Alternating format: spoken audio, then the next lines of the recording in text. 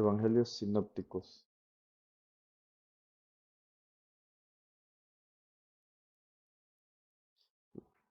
Vamos a ver los evangelios sinópticos, la formación de los evangelios. Se distinguen tres etapas en la formación de los evangelios. La actividad pública de Jesús, que finaliza con su muerte, resurrección hacia el año 30 después de Cristo. Los dichos y hechos de Jesús son recordados a través de la transmisión oral. Y esta tradición oral, primero, es el aspecto cultural dominante en la población de Galilea y Judea del siglo I después de Cristo. Segundo, es la expresión viva de la memoria colectiva de los testigos. Comunica los recuerdos no de forma mecánica, sino constantemente interpretados.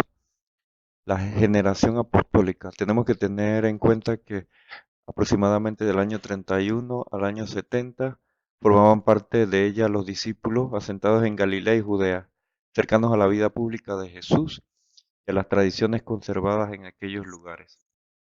Este periodo termina con la muerte de los apóstoles y los testigos oculares de la vida de Jesús y la destrucción de Jerusalén, sobre todo el templo. La tradición oral sigue siendo el gran medio para conservar los diferentes recuerdos. Hacia mediados del siglo comienzan a aparecer textos escritos sueltos y posteriormente agrupados, también las cartas de San Pablo. El objetivo de estos escritos es que ante la experiencia de la muerte y resurrección de Jesús, explicar su identidad. Y también, pues, la técnica redaccional empleada es recopilación de los recuerdos sobre Jesús en una serie limitada de formas literarias. Eran milagros, parábolas y dichos. Esto se hacía para que fueran utilizados por los nuevos evangelizadores que no habían sido testigos de la vida pública de Jesús. También, en cuanto a estos temas de la técnica, con el tiempo estas formas se agruparon en estructuras más complejas, apareciendo colecciones de relatos de milagros, relatos de la pasión y las palabras de Jesús. La segunda generación cristiana viene a ser el punto 3, aproximadamente del año 71 al año 100 después de Cristo. Coincide con la ruptura definitiva del cristianismo primitivo con el judaísmo rabínico de orientación fariseica, el inicio de la persecución sistemática a los cristianos por parte de las autoridades romanas, este periodo de la redacción de los evangelios. Motivos de la composición de estos evangelios: la necesidad de responder definitivamente a la pregunta acerca de la identidad total de Jesús, que solo se había reflejado de modo parcial en las tradiciones orales y la composición preevangélica. También la desaparición de los testigos oculares con el peligro de que sus recuerdos se perdieran o tergiversaran. Y también otro motivo, la intención de llevar el mensaje a mayor número de personas. El género elegido es un relato de tipo biográfico llamado Vidas. Era muy común en la literatura helenística, por ser el más adecuado para encajar los diferentes recuerdos sobre Jesús dentro de un marco biográfico. La característica de este género es que es una narración sobre un protagonista cuya forma de actuar merece ser recordada e imitada. Y también es un carácter moralizante y se muestra a través de un esquema relativamente fijo. Este protagonista era noble en su origen, noble en sus acciones públicas y noble en su muerte. Marco es el primero en utilizarlo y su éxito hizo que tuviera dos versiones revisadas y aumentadas, Mateo y Lucas, y otra que imitaba desde una sensibilidad teológica distinta al Evangelio de Juan. En cuanto a Jesús y los discípulos en los Evangelios de Marcos y Mateo. Primero, que Jesús y los discípulos en el Evangelio de Marcos, vemos el contexto de la comunidad a la que se dirige Marcos. Vive momentos de persecución, se producen abandonos de la fe. La situación vital que el evangelista proyectará sobre el tiempo de los discípulos, cuya relación con Jesús es presentada de la siguiente forma. Primero que todo, un llamado al discipulado.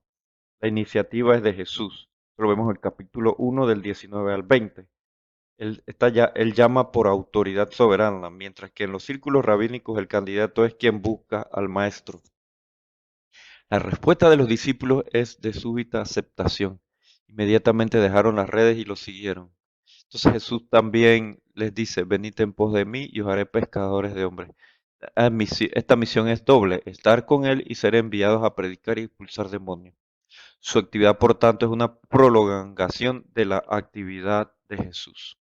Entonces el propio Jesús se dedica especialmente a enseñarles y a leccionarlos sobre cómo debe ser su misión a realizar.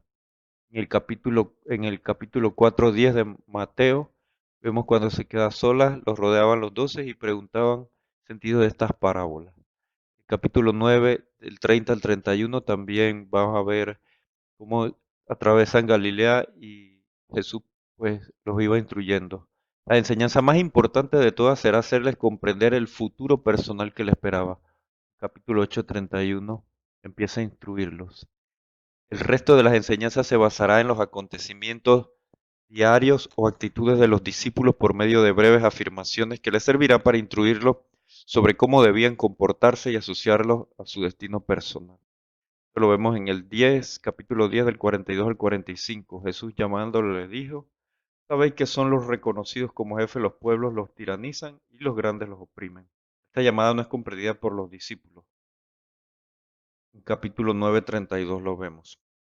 La caracterización que el Evangelio hace de ellos es que a pesar de estar con Jesús no le entienden, pues ven todo desde el punto de vista humano. Una incomprensión hacia él sobre su misión. Eso lo vemos en el capítulo 8:17 y con el tema de la pasión anunciada 8:33. Pero también esta actitud se hace tan profunda que ya no solo afecta a la esencia del ministerio de Jesús, sino también a la esencia del ministerio del discipulado, en el 8:34. Entonces, la incomprensión que les llevará hasta la cobardía en el momento del arresto de Jesús en el Getsemaní.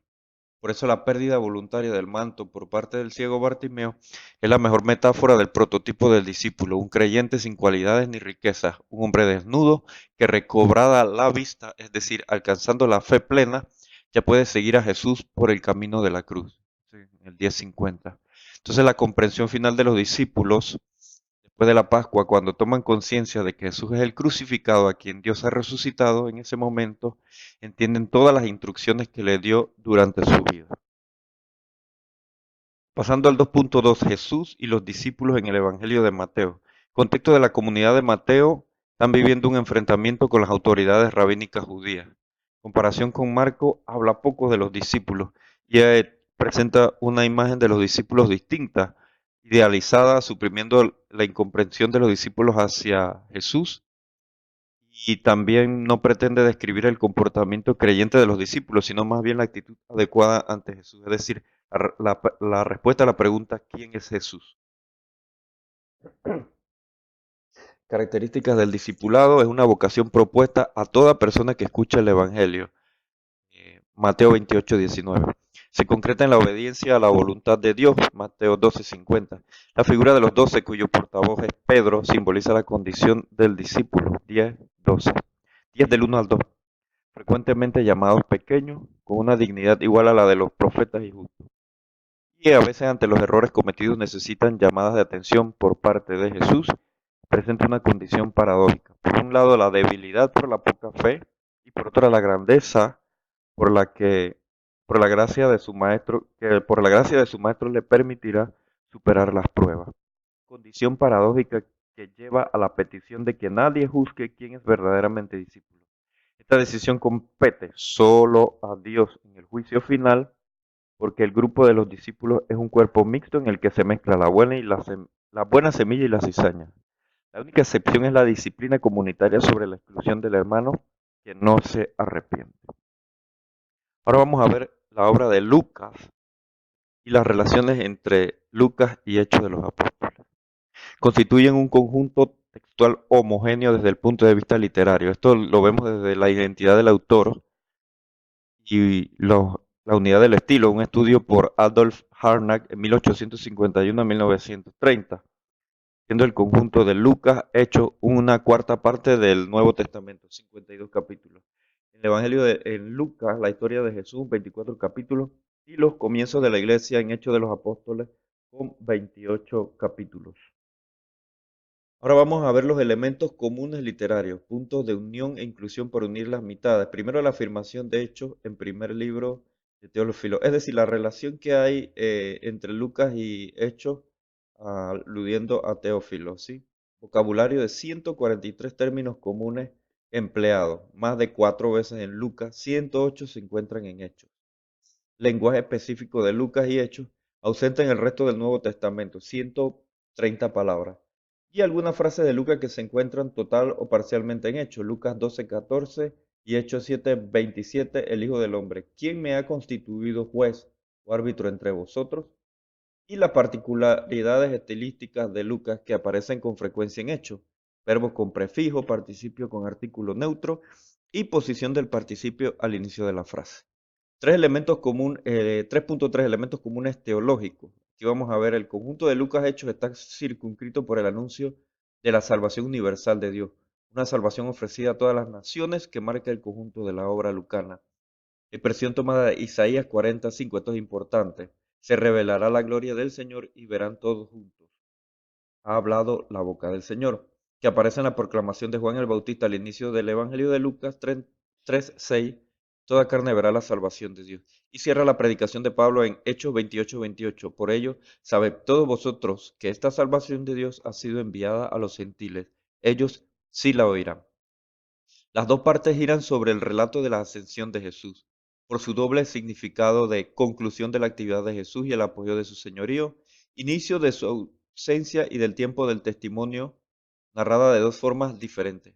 Primero como conclusión del Evangelio, Lucas 24:50-53, y como comienzo del libro de los Hechos, Hechos 1:9-11. Sin embargo, ningún manuscrito antiguo dice transmite Hechos inmediatamente después de Lucas. Entonces, ahora vamos a ver que esto fue una decisión doctrinal. La iglesia primitiva dio una mayor autoridad a los evangelios, porque durante la formación del canon del Nuevo Testamento en el siglo II, Hechos fue separado de Lucas para constituir el corpus de los evangelios canónicos. La autoridad apostólica y canónica de Hechos será admitida posteriormente gracias al esfuerzo sobre todo de San Irineo contra las herejías 3.1, y Lucas, el compañero de Pablo, transmitió en un libro el evangelio que Pablo predicaba, nos va a decir San Irineo. El tiempo de Jesús y de la iglesia. El autor de Lucas muestra su interés por adoptar una reflexión sobre la historia. Esto es importante. Lo hace de forma sistemática en el prólogo donde presenta su obra, capítulo 1, el 1 al 1:4. Recuerda el trabajo de sus predecesores 1.1, indica sus fuentes, cómo nos transmitieron lo que fueron desde el principio, testigos oculares y servidores 1.2, expone sus principios metodológicos. También yo he resuelto después investigarlo todo diligentemente desde el principio 1.3, y dedica su obra a Teófilo, ¿sí? Y también expone el objetivo de la obra para que conozca la solidez de las enseñanzas que ha recibido. Entonces, según un modelo típico, los autores de las obras literarias o científicas de la cultura greco-romana, como expone Flavio Josefo en el prólogo de la Guerra de los Judíos, escrita poco antes de Lucas. Es decir, seguía un modelo típico, ¿no?, de las obras literarias y científicas de la literatura greco-romana. El género elegido es el del relato biográfico al estilo de las antiguas vidas de la literatura greco-romana. Pero como este video no nos va a alcanzar, en el siguiente video voy a seguir con lo que es el género elegido por Lucas para ver el estilo biográfico como las antiguas vidas de la literatura greco-romana. Entonces, Lucas nos va de alguna manera a subrayar la mediación elegida por Dios para manifestar el acontecimiento salvífico definitivo, un hombre que vivió en este mundo. El género elegido es el del relato biográfico al estilo de las antiguas vidas de la literatura grecorromana, como modo de subrayar la mediación elegida por Dios para manifestar el acontecimiento salvífico definitivo, un hombre que vivió en este mundo. Este género, bueno, esta vida es resaltada por las narraciones, tanto de la infancia como de la juventud, y también por el uso de sincronismo para asegurar a los acontecimientos salvíficos, marco cronológico concreto tomado de la historia del Imperio Romano. Capítulo 2.1, sucedió en aquellos días, salió un decreto del emperador Augusto. Capítulo 3.1, en el año 15 del emperador Tiberio, siendo Poncio Pilato, etc., gobernador de Judea.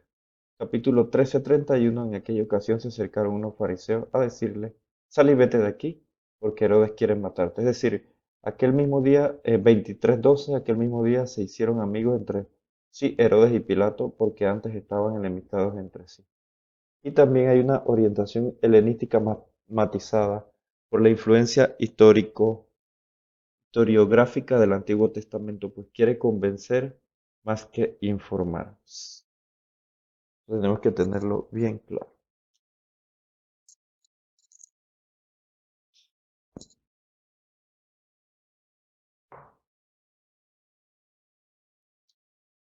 Entonces, en cuanto a la reflexión teológica sobre la historia, una historia no profana, sino en la que interviene Dios. Lucas no se desinteresa del querigma, sino que en línea con la historiografía judía invita a una lectura teológica de la historia. Pues la historia, aunque no prueba la existencia de Dios, sí sirve para reconocer sus intervenciones y están divididas en etapas salvíficas. Fuera de ella no hay salvación. Teoría de Hans Kosselmann en su obra El centro del tiempo, la teología de Lucas, Madrid 1974. Dice, en Lucas la clave de la división en periodos de la historia de la salvación se encuentra en el versículo 16:10. La ley y los profetas llegan hasta Juan. Desde entonces se anuncia la buena noticia del reino de Dios y todos se esfuerzan por entrar en él.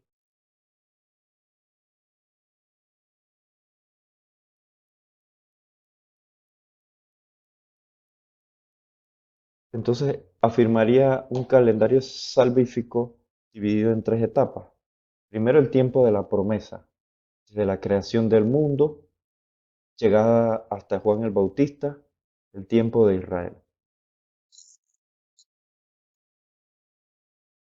Sí, en segunda etapa el tiempo de Jesús, es el centro del tiempo, en el que se manifiesta de modo ejemplar la salvación divina en la vida, muerte y resurrección de Jesús, en el que se cumplirá lo prometido, tomando consigo a los 12, les dijo, mirad, estamos subiendo a Jerusalén, se cumplirá en él, Hijo del Hombre, todo lo escrito por los profetas.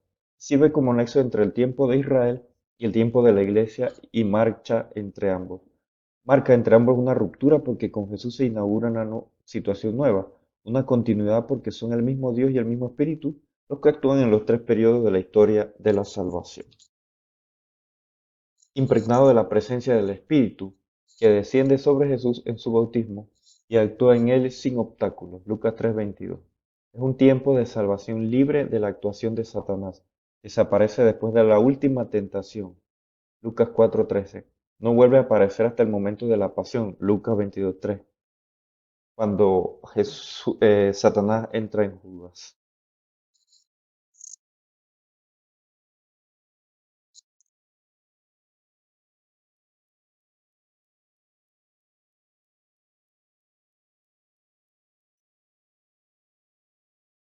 También, pues vamos a ver que por esto, visto desde el siguiente tiempo, este periodo aparece como un hecho pasado que es objeto de recuerdo, pero también como un acontecimiento presente que sigue actuando en la iglesia por medio de la fuerza del Espíritu Santo. Entonces, el tiempo de la iglesia se inaugura tras la ascensión y termina con la parusía. El episodio de Pentecostés donde los apóstoles reciben el Espíritu Santo es el elemento fundamental de este periodo, Hechos 2, 1 y siguiente, por lo que el tiempo privilegiado de la presencia del Espíritu en la comunidad es el tiempo privilegiado de la presencia del Espíritu en la comunidad. Su acción acontece siempre en un clima comunitario, cuando están reunidos en oración, cuando predican, orientada en dos direcciones, consolación de la comunidad y la actividad misionera, manifestada a través de los efectos que producen aquellos sobre lo que viene, hablar en lenguas, anunciar el mensaje, profetizar y proclamar la grandeza de Dios. La misión de la Iglesia es poner al ser humano en contacto con el acontecimiento salvífico central para que éste participe de la salvación. Esta teoría de Hans Kosselmann es criticada por los defensores de que la historia de la salvación quedaría dividida solo en dos partes. Se duda de que en Lucas los tiempos teológicos de Jesús y de la Iglesia estén tan claramente separados, pues el episodio de la ascensión con el que concluye Lucas 24:50 al 53 y comienza Hechos 1, 6 al 11, cumplirá la función de eslabón. En Hechos se afirma repetidamente la continuidad con Jesús a través de la predicación y la actividad milagrosa de los apóstoles. Entonces, muchas gracias.